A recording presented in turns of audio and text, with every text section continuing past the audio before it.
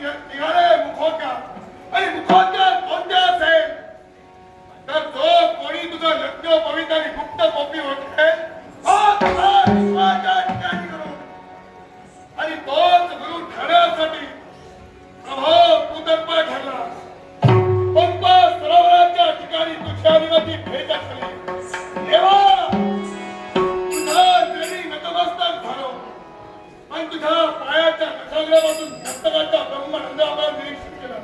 देवा विचार मागला दिसला. याच्या मुलाची कारण तुला विचारलं. तुझ्या मुखातून मुखोट्या बाहेर पडले. सीता माईचं शौर्य कर्म, सीता माईचं शौर्य कर्म मुखोट्या मुखातून ऐकतात.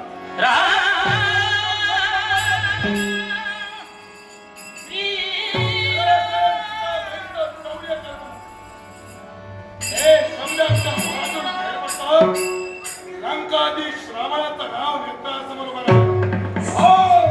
हा रावणाचा सेवन करण्यासाठी आम्ही तत्पर ठरलो. रावणाचा सेवन झाला. राम राज्याला सुरुवात झाली. तू दिलेला शब्द कोणता असेल ज्यावेळी सगळ्या हनुमंताला दर्शनाला असेल बुद्धिमानच्या सर्वांना तुझा दर्शन आणि म्हणूनच या सेतुबंधाला भेटली.